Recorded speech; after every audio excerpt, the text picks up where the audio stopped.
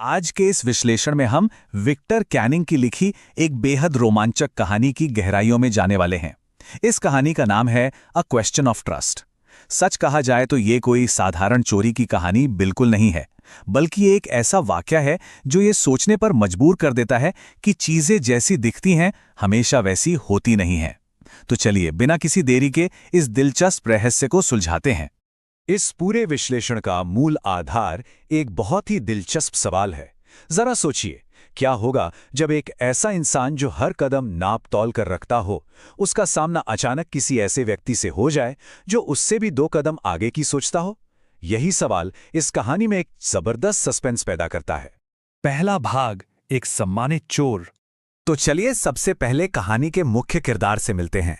इनका नाम है होरेस टैनबी, करीब 50 साल के एक अविवाहित व्यक्ति जो ताले बनाने का एक बहुत ही सफल व्यवसाय चलाते हैं। समाज की नज़रों में वो एक बेहद अच्छे, ईमानदार और सम्मानित नागरिक हैं। लेकिन जैसा कि हम सब जानते हैं, हर इंसान का एक छिपा हुआ पहलू होता है।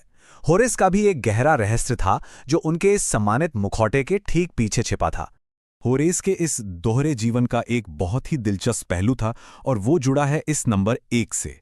होरेस टैनबी हर साल केवल एक, जी हां सिर्फ एक, बहुत ही सावधानीपूर्वक नियोजित चोरी किया करते थे। उनका एक अजीबो-गरीब शौक था महंगी और दुर्लभ किताबें पढ़ना, और अपनी इसी आदत को पूरा करने के लिए उस साल में बस एक बार एक तिजोरी तोड़ते थे, जिससे उन्हें पूरे 12 महीने के लिए किताबें खरीदने का पैसा मिल जाता था। दूसरा भाग, लक्ष्य शॉटओवर ग्रेंज। इस बार उनके निशाने पर था शॉटओवर ग्रेंज नाम का एक आलीशान घर। और दांव पे क्या लगा था? पूरे 15,000 पाउंड्स। उस घर के ड्राइंग रूम में मौजूद तिजोरी में करीब 15,000 पाउंड्स के गहने रखे हुए थे। ये इतनी बड़ी रकम थी कि अगर होरेस इसे सफलतापूर्वक चुरा लेते तो उनके अगले पूरे साल की दुर्लभ किताबों का इंतजाम बड़ी आसानी से हो जाता।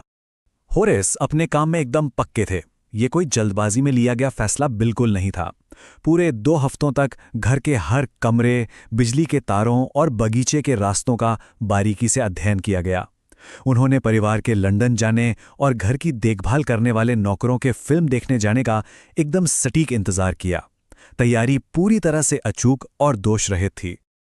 अब घर के अंदर घुसते ही सबसे बड़ी चुनौती थी वहां का पालतू कुत्ता। लेकिन एक पेशेवर के पास हर समस्या का समाधान होता है। होरेस का इस कुत्ते को संभालने का रहस्य बहुत ही सरल लेकिन असरदार था। कुत्ते को उसके सही नाम शेरी से बुलाना और उसे थोड़ा सा प्यार दिखाना, बस इतना करते ही कुत्ते ने पूंछ हिलाई और शांत हो गया।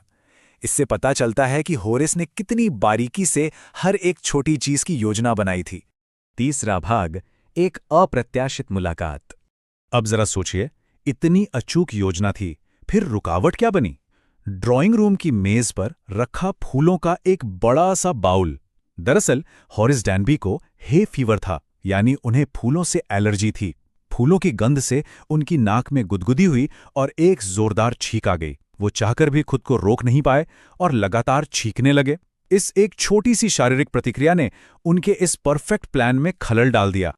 और तभी ठीक उसी पल जब होरेस तिजोरी खोलने की तैयारी कर रहे थे, पीछे से एक बेहद शांत लेकिन दृढ़ आवाज गूंजी।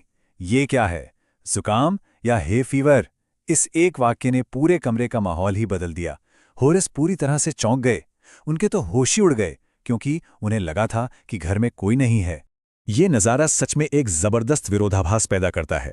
एक तरफ होरेस हैं जो पकड़े जाने के डर से पूरी तरह घबराए हुए और हताश हैं, और दूसरी तरफ दरवाजे पर खड़ी वो युवा सुंदर महिला है जिसने लाल रंग की ड्रेस पहनी हुई है। वो बिल्कुल शांत है, उसमें जरा भी डर नहीं है, और वो बड़े आत्मविश्वास से घर के कुत्ते शेरी को सहला रही है।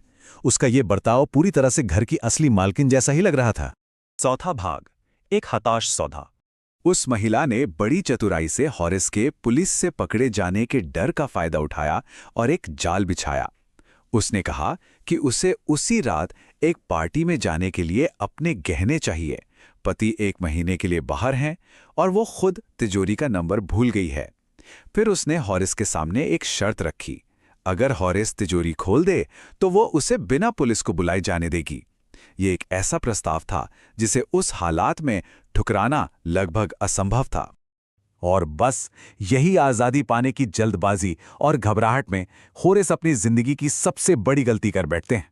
खुद को घर की मालकिन बताने वाली उस महिला को खुश करने के लिए उन्होंने अपने दस्ताने उतार दिए, बिना कुछ सोचे समझे तिजोरी तोड़ दी, गहने महिला को सौंप दिए और वहां से बच निकलने की खुशी में फौरन भाग गए। 5वां भाग, सबसे बड़ा धोखा। लेकिन घटनाक्रम कुछ इस तरह बदला कि होरेस का भ्रम पल भर में टूट गया। चोरी के बाद पहले 2 दिन वो पूरी तरह निश्चिंत थे और अपनी दुर्लभ किताबें खरीदने के सपने देख रहे थे। उन्हें लगा कि सबसे बड़ा खतरा टल गया है। लेकिन तीसरे दिन की सुबह सब कुछ पलट गया। पुलिस ने आकर शोटोवर ग्रेंज में हुई चोरी के आरोप में उन्हें गिरफ्तार कर लिया। होरेस इस गिरफ्तारी से पूरी तरह हैरान थे, क्योंकि उन्होंने तो वो तिजोरी घर की मालकिन के लिए ही खोली थी। लेकिन गिरफ्तारी की वजह बहुत साफ थी, उनके दस्ताने उतारने की वो एक गलती। कमरे में और तिजोरी पर हर जगह होरेस के फिंगरप्रिंट्स यानी उंगलियों के निशान मौजूद थे। इन्हीं निशानों ने शोटोवर ग्रेंज की चोरी में उनका नाम पक्का कर दिया। और अब कहानी में आता है सबसे बड़ा ट्विस्ट।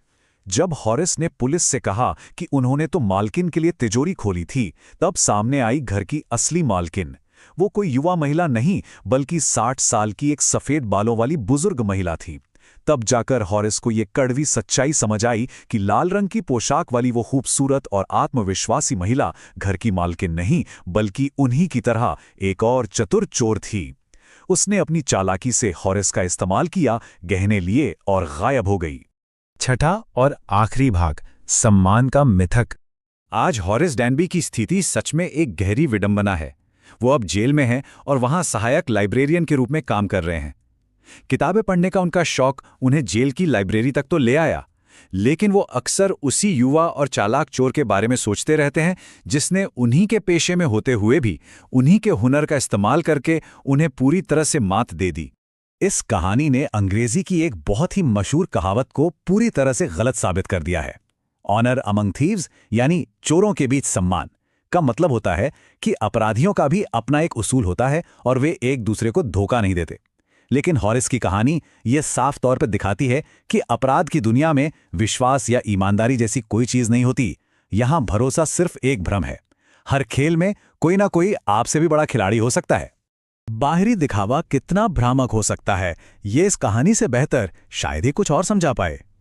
इस विश्लेषण को समाप्त करते हुए एक बहुत ही अहम सवाल पीछे छूट जाता है। जरा सोचिए, धोखे के इस खेल में असली शिकार कौन है? क्या वे शोटोवर ग्रेंज के मालिक थे जिनके गहने चोरी हुए, या फिर वो चतुर होरेस डैनबी जो अपनी ही चालाकी और घबराहट के जाल में फंस गया? चीजें हमेशा वैसी नहीं होती जैसी वे दिखाई देती हैं। इस कहानी के सफर में साथ बने रहने के लिए बहुत बहुत धन्यवाद।